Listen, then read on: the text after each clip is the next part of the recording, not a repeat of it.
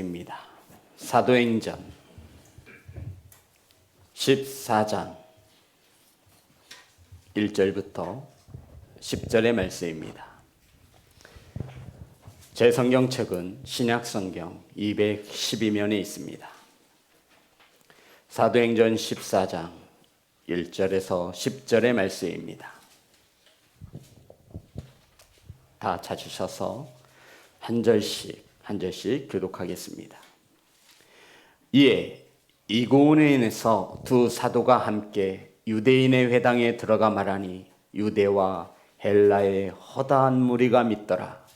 그러나 순종하지 아니하는 유대인들이 이방인들의 마음을 선동하여 형제들에게 악감을 품게 하거늘 두 사도가 오래 있어 주를 힘입어 담대히 말하니 주께서 그들의 손으로 표적과 기사를 행하게 하여 주사 자기 은혜의 말씀을 증언하시니 그 시내의 무리가 나뉘어 유대인을 따르는 자도 있고 두 사도를 따르는 자도 있는지라. 이방인과 유대인과 그 관리들이 두 사도를 모욕하며 돌로 치려고 달려드니 그들이 알고 도망하여 루가오니아의 두 성 루스드라와 더베와 그 근방으로 가서 거기서 복음을 전하니라.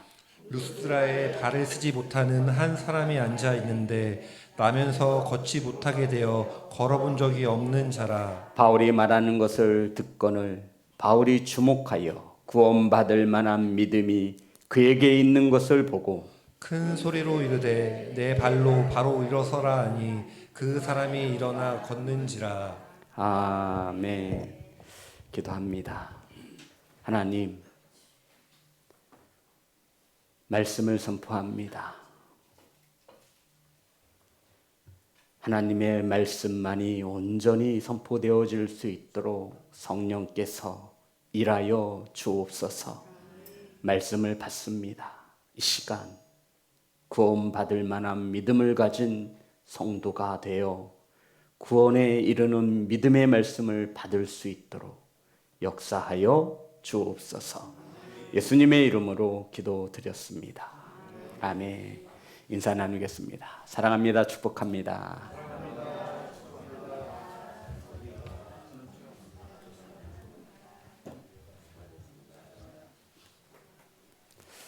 주부를 보겠습니다.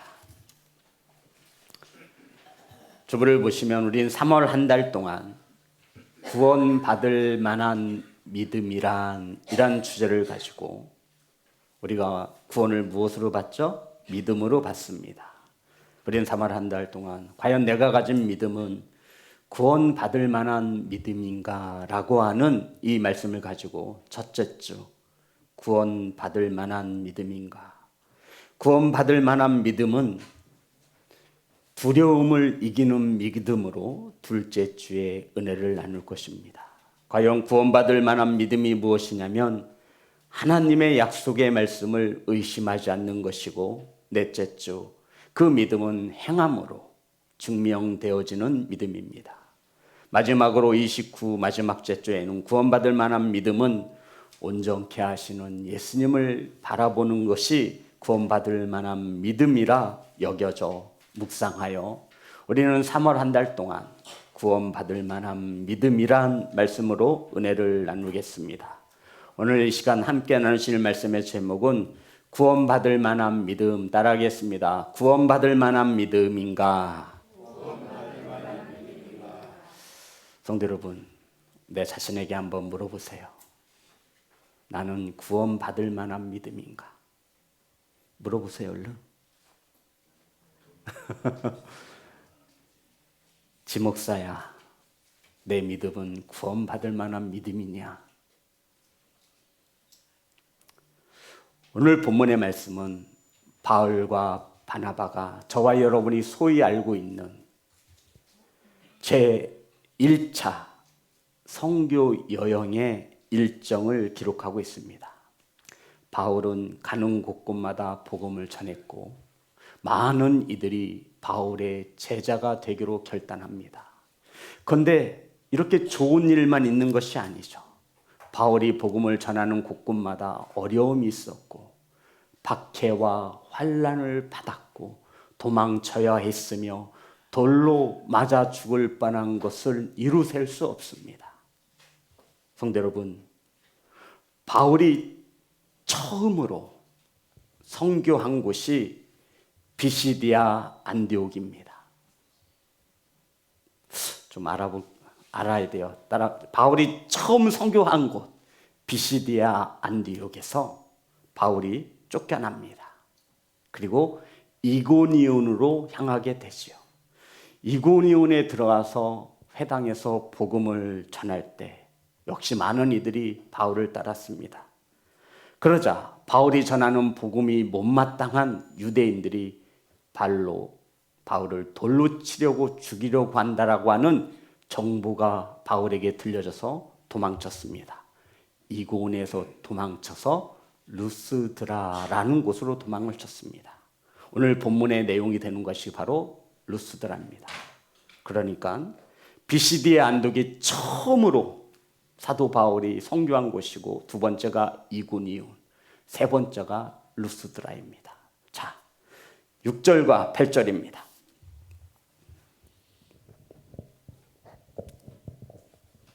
다 같이 합독합니다. 시작. 그들이 알고 도망하여 루가오니아의 두 성 루스드라와 더베와 그 근방으로 가서 거기서 복음을 전하니라. 루스드라에 발을 쓰지 못하는 한 사람이 앉아 있는데 나면서 걷지 못하게 되어 걸어본 적이 없는 자라. 성도 여러분, 저를 보십시오. 하나님께서 바울과 바나바를 루스드라라는 곳으로 인도한 것은 분명한 목적이 있습니다. 한 영혼을 구원하시기 위함인 것을 믿으시기 바랍니다. 그곳에는 준비된 한 영혼이 있었는데 참으로 불쌍한 영혼이었습니다. 엄마 뱃속에서 나오면서 이 발을 한 번도 사용해 본 적이 없는, 이 말이 뭐예요? 걸어보거나 앉아본 적이 없는 자였어요. 이러한 자를 성경에서는 태어나면서부터 한 번도 발을 사용해 본 적이 없는 자라고 말하고 있습니다. 성도 여러분, 태어나면서부터 한 번도 발을 사용해 본 적이 없는 이 사람이 바울을 만나 걷게 되어집니다. 사랑하는 성도 여러분, 불가능으로 여겨졌던 그 장애가, 불가능으로 여겨졌던 그 문제가 해결받은 것이죠. 저와 여러분에게도 이러한 놀라운 역사가 임하시기를 주의 이름으로 축복합니다. 그러면 이 구원받을 만한 이 장애를 가졌던 이 자가, 태어나면서부터 한 번도 걸어본 적이 없는 이 자가 어떻게 하나님의 크신 은혜를 입었느냐는 것이죠. 신앙생활을 10년, 20년, 30년 해도 내 안에 있는 이 믿음이 구원의 확신을 가진 믿음이 되지 못한다고 한다면, 여전히 그 자리에 머물러 있다면, 저와 여러분의 힘으로 능으로 해결할 수 없는 문제를 가지고 있다면 저와 여러분은 오늘 이 본문의 말씀에 주목하셔야 합니다. 오늘 본문은 우리에게 그것을 가르쳐줘요. 문제가 있느냐? 풀리지 않는 것이 있느냐? 어려움이 있느냐? 아픔이 있느냐? 몸이 병들었느냐? 응답받지 못한 기도의 제목이 있느냐? 9절입니다.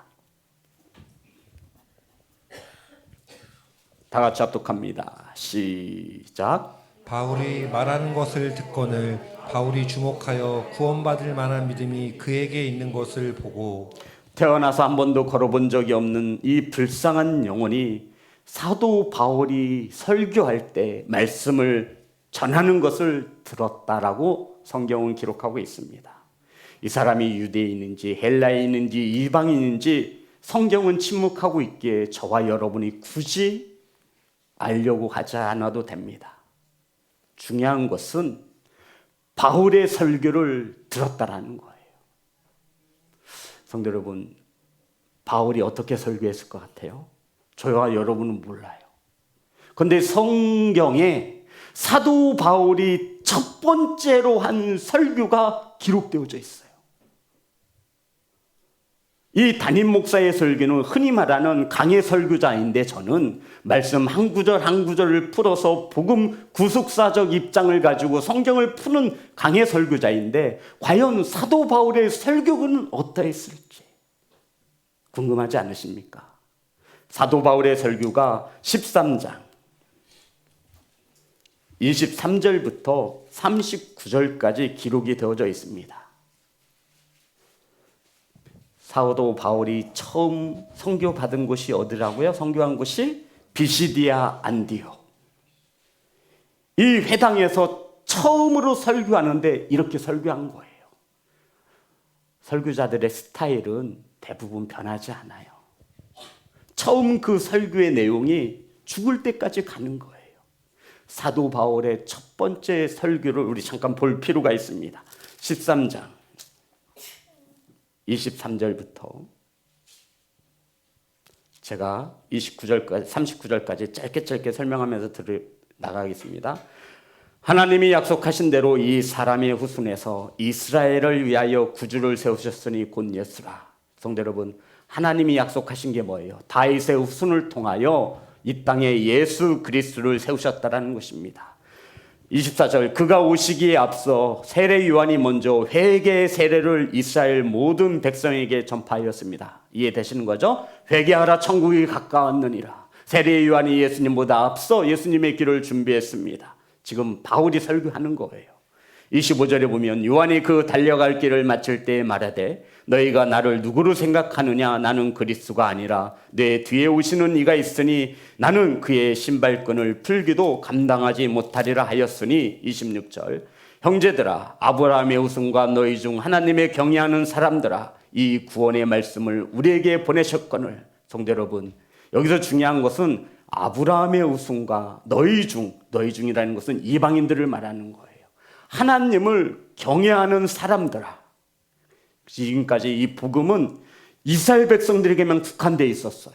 그런데 이것이 이제 이스라엘 백성들을 넘어 사도 바울의 선교로 세계 곳곳에 하나님의 말씀이 선포되어지고 있음을 말하고 있습니다. 그것을 구원의 말씀을 우리에게 보내셨거늘. 27절 다 같이 합독합니다. 시작. 예루살렘에 사는 자들과 그들의 관리들이 예수와 및 안식일마다 외우는 바 선지자들의 말을 알지 못함으로 예수를 정죄하여 선지자들의 말을 용하게 하였도다. 이게 무슨 말이에요? 예수 그리스도를 누가 죽였다라는 거예요? 27절을 보세요. 자, 예루살렘에 사는 자들, 유대인들이, 그리고 관리들이, 종교 지도자들이, 관리들이 예수와 및 안식일마다 외우는 바 선지자들의 말을 알지 못하는 자, 안식일마다 회당에 들어가서 성전에 들어가서 하나님의 말씀을 듣고 배운 자들이 누구를 죽였다? 예수를 죽였다라는 거예요. 아니 우리 수요예배, 금요예배, 주일마다 나와서 하나님의 말씀을 듣고 배우잖아요. 그런데 예수님을 누가 죽였어요? 그러한 자들이 예수님을 죽였다. 이거 지금 누가 하는 첫 설교예요? 바울이 하는 첫 설교의 내용이에요.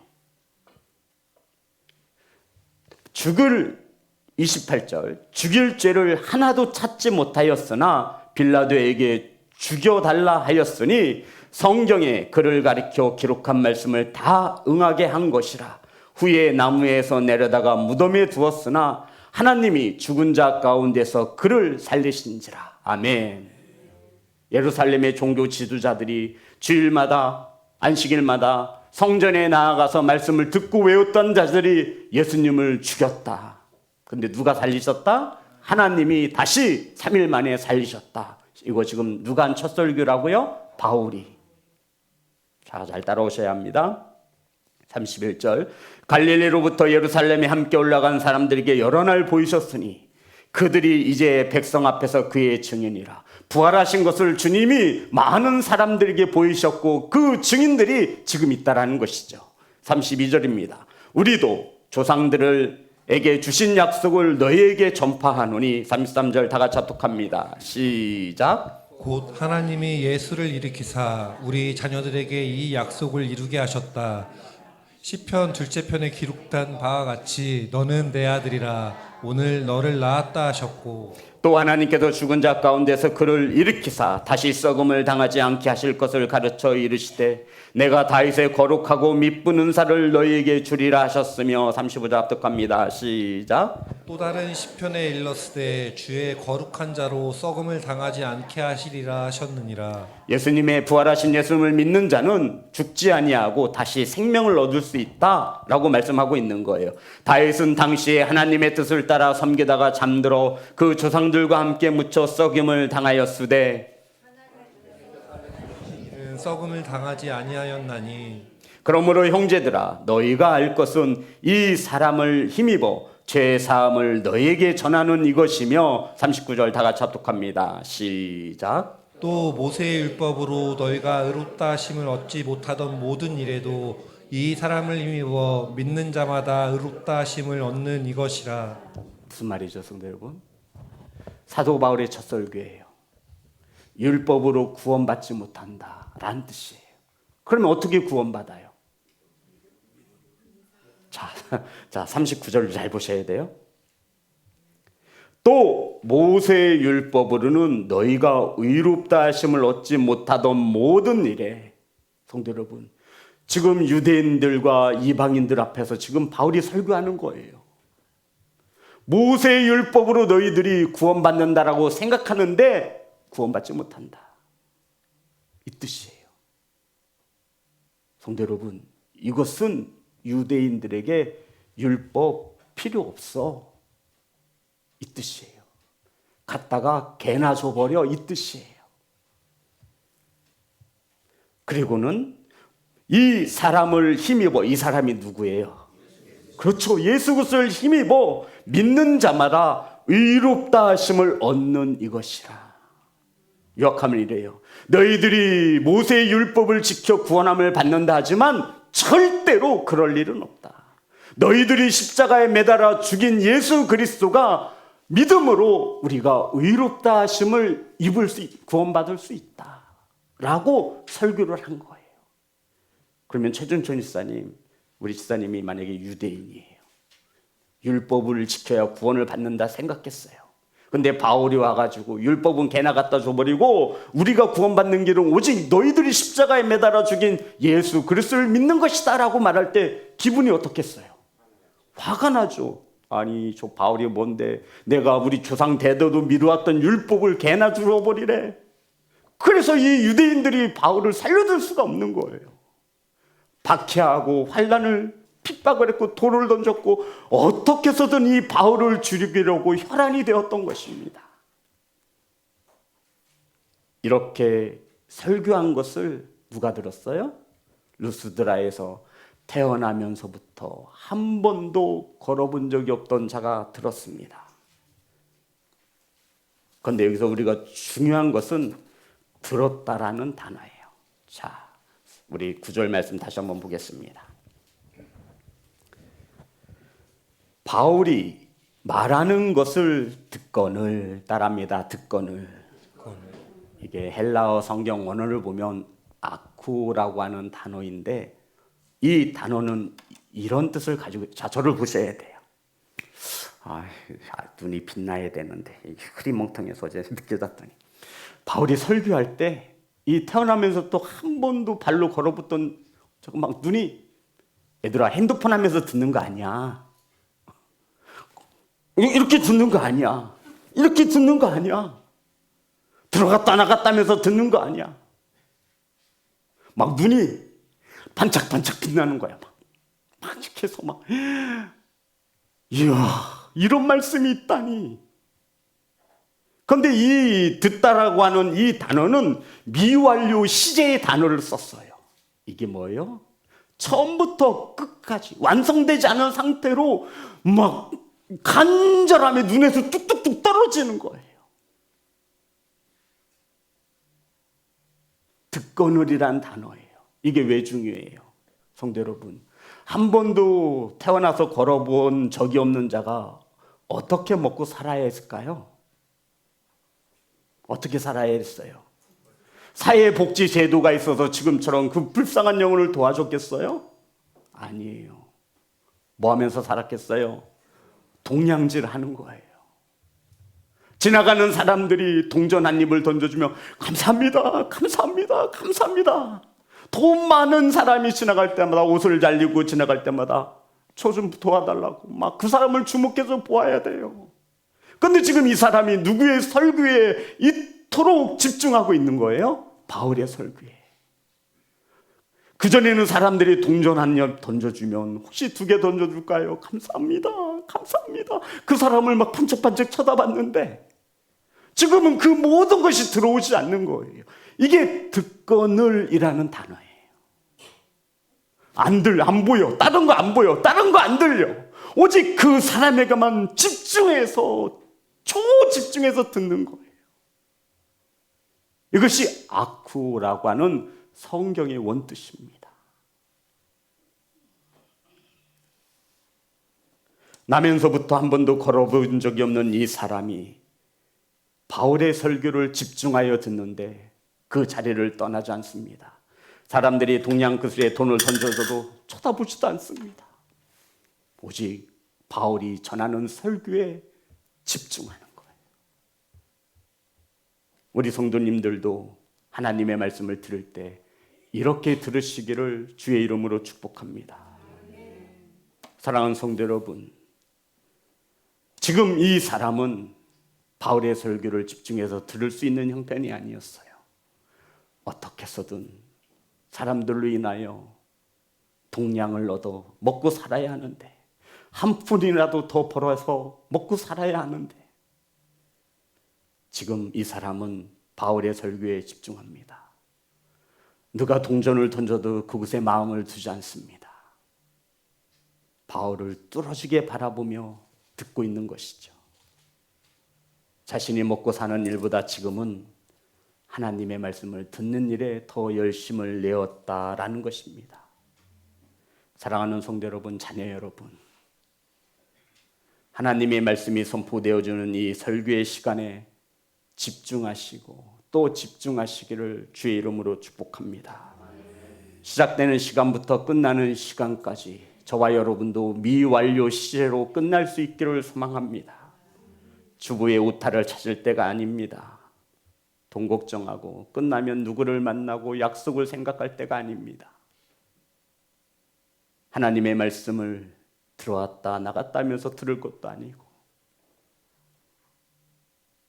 말씀을 듣는 이 시간, 말씀을 듣는 자세가 얼마나 중요합니까? 말씀이 곧 하나님의 능력이 되는 줄 믿습니다. 성도 여러분, 바울이 이렇게 설교할 때 바울의 눈에 한 사람이 들어옵니다. 자, 9절 말씀 다시 한번 다 같이 합독합니다. 시작. 바울이 말하는 것을 듣거늘 바울이 주목하여 구원받을 만한 믿음이 그에게 있는 것을 보고. 성도 여러분, 태어나면서부터 한 번도 발을 써본 적이 없는 자가 사도 바울의 설교를 막 눈이 반짝반짝이면서 집중해서 들을 때 사도 바울의 눈에도 그 사람이 주목되었습니다. 중요한 것은 사도 바울이 그 사람을 주목하여 보니 무엇을 보았어요? 구원받을 만한 믿음을 보았다라는 거예요. 우리 성도 여러분, 구원 받으셨습니다. 아멘. 아멘 하세요. 우리 성도님 구원 받으셨습니다. 아멘. 보여주세요. 보여주세요. 성도 여러분, 보여주세요. 저와 여러분이 구원받을 만한 믿음을 가졌다면 그 믿음이 어떻게 보여지냐 이거예요. 어떻게 보여지고 있대요, 성경이. 성도 여러분, 지금 하나님께서 구원받을 만한 믿음을 어떻게 보고 계신 거예요? 하나님의 말씀을 듣는 자세에서 보고 계시다라는 거예요. 이것은 우리에게 굉장히 중요한 것을 가르쳐주고 있어요. 저와 여러분이 어떨 때 믿음이 세워집니까? 하나님의 말씀을 들을 때라고 말하고 있잖아요. 들을 때예요. 사랑하는 성도 여러분, 바울이 주목하여 보니 그에게 구원받을 만한 믿음이 그에게 있는 것을 보았다. 아멘. 저와 여러분에게 구원받을 만한 믿음이 있음을 믿으시기 바랍니다. 그 믿음은 하나님의 말씀을 듣는 이 시간에 하나님 앞에 보여지시기를 주의 이름으로 축복합니다. 다른 거 없어요. 다른 거 없어요.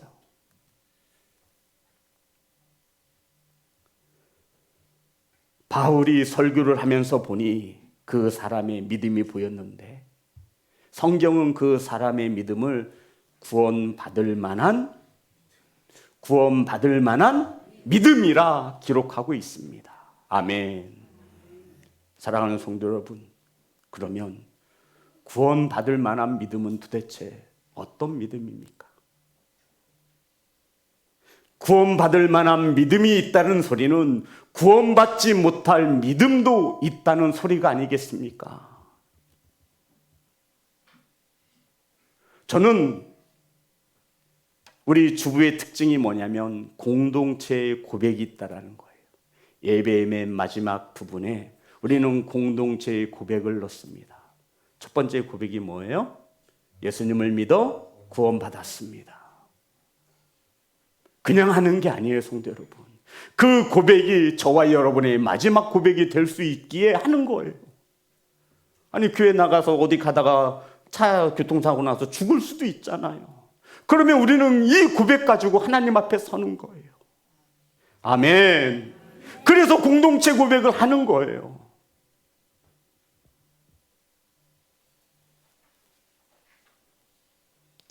성도 여러분, 구원받을 만한 믿음, 사도 바울이 설교하면서 한 번도 태어나면서 걷지 못한 자에게 본 그 구원받을 만한 믿음은 어떤 믿음이겠습니까? 두 개의 믿음으로 생각할 수 있습니다. 생각해 보세요. 하나는 죄로부터 구원받을 수 있는 믿음이고, 두 번째는 이 질병으로부터, 태어나면서부터 장애를 가진 이 병으로부터 고침받는 믿음입니다. 그렇다면 사도 바울이 설교하면서 본, 태어나면서부터 한 번도 발로 걸어본 적이 없는 자에게 본 믿음은 어떤 믿음일까요? 전자입니까? 후자입니까? 후자예요. 그러니까는 이 사람이 사도 바울의 설교를 어떻게 들은 거냐면, 와, 예수님이 죽은 지 3일 만에 다시 살아나셨다고? 와, 사람의 힘으로 할 수 없는 일을 하시는 이가 예수님이시구나. 나를 위하여 십자가에 못 박혀 죽으셨다고? 그 하나님이 하나뿐인 아들을 십자가에 내어주셨다고? 누구 때문에? 나 때문에. 성도 여러분, 태어나면서부터 한 번도 걸어본 적이 없는 자가 사도 바울이 설교할 때 그것을 그렇게 들었다라는 거예요. 나도 고침받을 수 있겠다. 나도 문제를 해결받을 수 있겠구나. 아멘. 말씀은 그렇게 듣는 겁니다. 발장 켜고 화장실 왔다 갔다 하고 핸드폰 보고 졸고 늦게 들어오고, 아이고 오늘따라 우리 목사님 설교가 길 모양이네. 성도 여러분, 저와 여러분의 고백대로 살아계신 하나님이십니다. 전지전능한 하나님이십니다. 말씀 앞에 예를 갖추시기를 주의 이름으로 축복합니다. 이것을 모르는 어린애들은 그렇다고 칩시다. 그럼 우리 소위 말하는 어른들은 알잖아요.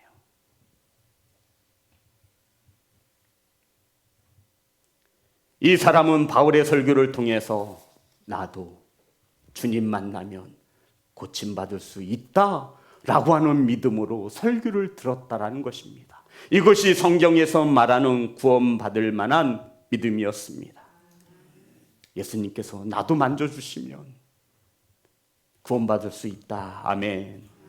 사랑하는 시온성교회 성도 여러분, 저와 여러분은 설교를 어떻게 듣고 계십니까? 피곤하고 졸린데, 아주 큰일 하신 겁니다. 정말로 많은 유혹을 이겨내고 이 자리에 나온 줄 믿습니다. 성도 여러분, 어떤 문제를 가지고 주님 앞에 나오셨습니까? 이 시간 하나님의 말씀을 어떻게 듣고 계십니까? 구원받을 만한 믿음을 가지고 하나님의 말씀을 듣는, 설교를 듣는 귀한 성도가 되시기를 주의 이름으로 축복합니다. 구원받을 만한 믿음은 어떤 믿음이냐면, 오늘 이 말씀에 등장하는 태어나면서부터 한 번도 발을 써본 적이 없는 자가 하나님의 말씀을 통해서 예수 그리스도가 나를 위하여 십자가에 못 박혀 죽으시고 그 은혜로 내가 구원받았음을 깨달으며 듣는 것입니다. 저는 늘 말하죠. 이것이 어렵다면 지옥 갈 백성이 천국으로 가게 되어진 것에 너무나 감사하고 너무너무 감동이 되어서 하나님 앞에 어찌할 바를 모르며 하나님의 말씀을 듣는 것입니다. 사랑하는 성도 여러분, 태어나면서부터 한 번도 걸어본 적이 없는 자가 바울의 설교를 이렇게 들은 것입니다. 따라하겠습니다. 구원받을 만한 믿음, 설교를 들음으로 나타내 보이시기를 주님의 이름으로 축복합니다. 로마서 10장 17절입니다.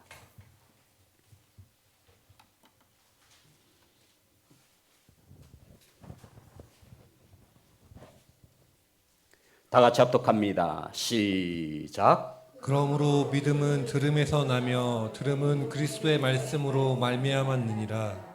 성도 여러분, 오직 믿음은 들음에서 납니다. 아멘. 그 들음은 어떤 말씀을 듣는 거예요? 하나님의 말씀인 것을 믿으시기 바랍니다. 저와 여러분도 구원받을 만한 믿음을 가지고 이 말씀을 들으시기를 주의 이름으로 축복합니다. 성도 여러분, 듣는 게 얼마나 중요해요. 여기에 저와 여러분의 구원받을 만한 믿음이 보여져야 돼요. 아멘. 자, 10절입니다. 9절 10절.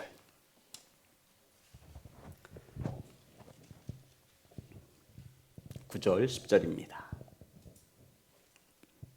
다 같이 합독합니다. 시작. 바울이 말하는 것을 듣거늘 바울이 주목하여 구원받을 만한 믿음이 그에게 있는 것을 보고 큰 소리로 이르되 내 발로 바로 일어서라 하니 그 사람이 일어나 걷는지라. 아멘. 바울이 말씀을 전하다가 잠깐 중단하였습니다. 그리고는 큰 소리로 소리쳤습니다. 내 발로 일어나라. 다른 거 없어요. 따라합니다. 내 발로 일어서라. 저와 여러분이 태어나면서부터 한 번도 발을 써본 적이 없는 자에게 바울이 말하는 거예요. 내 발로 일어나. 성도 여러분, 아마 이 사람은 잠시 망설였을지 모릅니다. 왜냐하면 발을 써본 적이 없거든요. 하지만 순종합니다. 그리고 일어서서 걷게 되었습니다. 아멘. 한 번도 태어나면서부터 발을 써서 걸어본 적이 없던 자가 걸을 수 있게 된 것이죠. 이러한 은혜가 저와 여러분에게 임하시기를 주의 이름으로 축복합니다. 어디서부터 시작되는 거예요? 이 기적이 말씀을 듣는 일에서부터 시작되는 거예요. 성도 여러분, 이러한 역사가 임할 때 질서가 있습니다.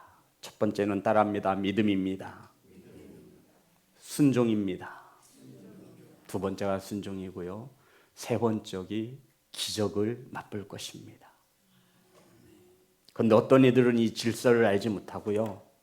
믿음 빼고 순종 빼고 뭐만 보죠? 기적만 바래요.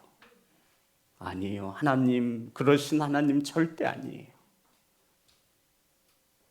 믿음 다 빼버리고요. 순종 다 빼버리고요. 이 기적의 열매만 보는 거예요. 그리고 왜 나한테는 하나님 안 만나주니? 왜 나한테는 복을 안 주니?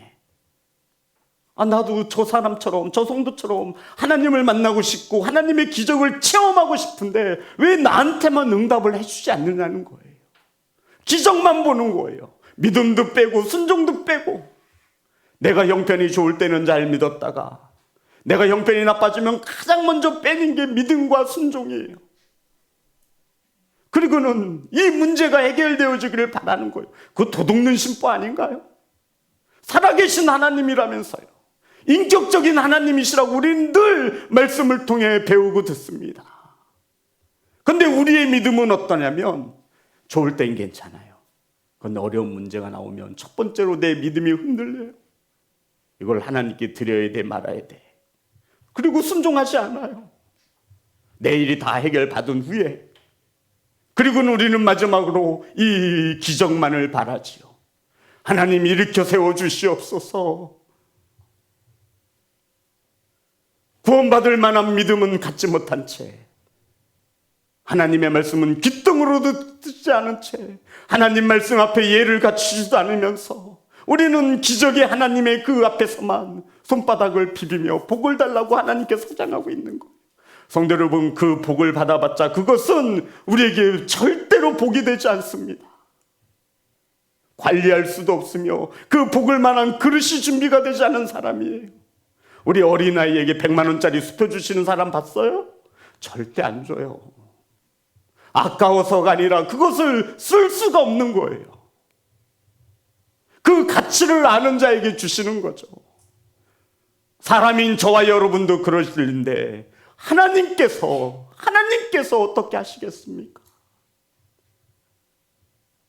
사랑하는 시온성교회 성도 여러분, 기억하십시오.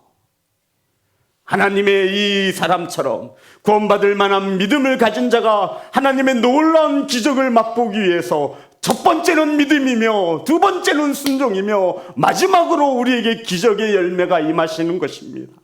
이 질서의 하나님의 은혜를 깨닫기를 주의 이름으로 축복합니다. 입으로 전해져 오는 것을 구전이라고 말합니다. 예수님께서 제자들과 함께 높은 산에 오르게 되었습니다. 산 밑에서 주님은 제자들을 불러놓고 돌을 하나씩 이고 와라, 올라가자라고 제자들에게 말하였습니다. 무엇을 가지고 올라가자고요? 돌. 그랬더니 제자들이 불평하는 거예요. 아이, 산 정상에 가면 널린 게 돌인데 뭘 여기 밑에서 또 돌을 가지고 올라가냐고. 그랬더니 주님의 수제자였던 베드로가 헛기침 한번 하더니 선생님이 시키면 하라는 대로 하지 왜 이렇게 말들이 많어? 이렇게 아마 얼음장을 놨겠죠. 그래서 20만 원, 도마는 아주 손톱만한 조그만한 돌, 뭐 이만한 것, 이것도 돌이니까 손에 딱 쥐었습니다. 계산하기 좋아하는 빌립도 도마의 눈치를 싹 살피더니 조그만한 돌, 이것도 돌이니까 주님이 뭐 얼마나 큰 돌이라고 얘기하지 않았습니까? 그걸 가지고 정상에 올랐습니다. 베드로는 자기 얼굴보다 큰 돌을 낑낑하면서 막 이 산에 올라간 거예요. 제자들이, 제 베드로는 제가 애가 참 이상해. 아니 저 큰 돌을 가지고 왜 올라가면 산 정상에 많은 돌들이 있는데. 정상에 다 올라오자 주님이 축도하여 기도하였습니다. 하나님, 이 돌이 변하여 뭐가 되게 해달라고요? 맞아요, 떡이 되게 해달라고. 사랑하는 성도 여러분, 저와 여러분의 믿음은 어떠한 믿음입니까? 하나님의 말씀은 능치 못함이 없음을 믿는 믿음이기를 소망합니다. 성도 여러분, 우리 성도들은 너무 똑똑해요. 요새 너무 똑똑해. 너무 계산하기 좋아하고 너무 많이 의심합니다. 하지만 우리가 하나님 말씀 앞에 설 때에는 이 루스드라에서 한 번도 태어나면서도 걸어본 적이 없는 이 사람과 같이 하나님의 말씀을 들을 수 있는 믿음이 필요한 것을 믿으시기 바랍니다. 오늘 나는 이 말씀을 통해 구원받을 수 있어. 아멘. 나는 오늘 이 시간 이 말씀을 통해 은혜 받고 나도 응답받을 수 있어. 아멘. 이 믿음 말입니다. 구원받을 만한 믿음을 이 예배의 시간에 하나님 앞에 나타내 보이시는 귀한 성도들 되시기를 주의 이름으로 축복합니다. 우리 자녀들 부탁해요. 예배 시간에 와서 졸지 말고 하나님 앞에 예를 갖추어서 말씀을 들어야지라고 하는 생각을 가지고 듣는 거예요. 하나님께서 오늘 나에게 어떤 깨달음을 주실까 기대감을 가지고 나와야 돼요. 물론 우리 성도님들도 마찬가지입니다. 믿음만큼 역사하시는 하나님이신 줄 믿습니다. 하나님은 전지전능하십니다. 아멘. 하지만 중요한 것은 너의 믿음대로 될지어다. 아멘. 저와 여러분의 믿음은 구원받을 만한 믿음입니다. 사랑하는 성도 여러분, 하나님의 음성으로 들으시고 아멘으로 화답하시며 그 믿음을 순종으로 바꾸시어 하나님의 놀라운 기적을 체험하시는 귀한 지체들이 되시기를 예수님의 이름으로 축복합니다. 우리 하나님 앞에 찬송하며 나아가겠습니다.